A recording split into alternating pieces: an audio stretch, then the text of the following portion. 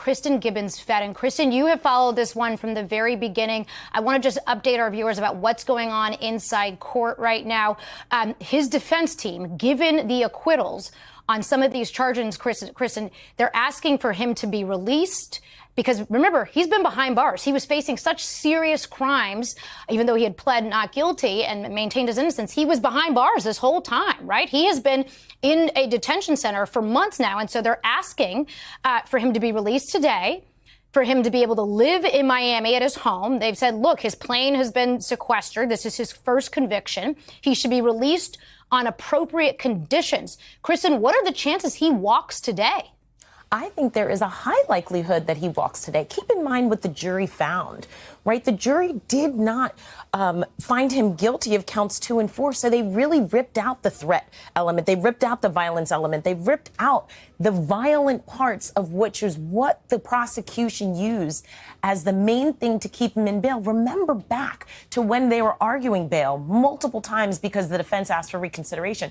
And some of the main things that they pointed to was how Diddy was violent, how Diddy kind of utilized his enterprise to enact all of these violence. Well, the jury has spoken. There was no criminal enterprise, or at least they did not find that Puff Daddy or Diddy made any of these crimes possible through his power, through his money, through his control, through his violence. So there is a high likelihood that with his plane sequestered, with him in being Miami, and the fact that he is a celebrity where he can't really go unnoticed, right, there is a high likelihood that the judge may have released him on bail today. Yeah, I mean, they have his passport, but he has an enormous amount of means. And obviously, the prosecution is going to oppose this. They're saying that his attorneys have been trying to downplay this years-long conduct. But, Misty, if you're the judge in this moment right now, do you release him with the sort of hope in the prayer that he's not going to be able to fly out of the country somewhere? I think it's very likely that he gets released now that he's convicted on these Mann Act charges, and that's it. You're not talking about the sex trafficking, force, fraud, and coercion.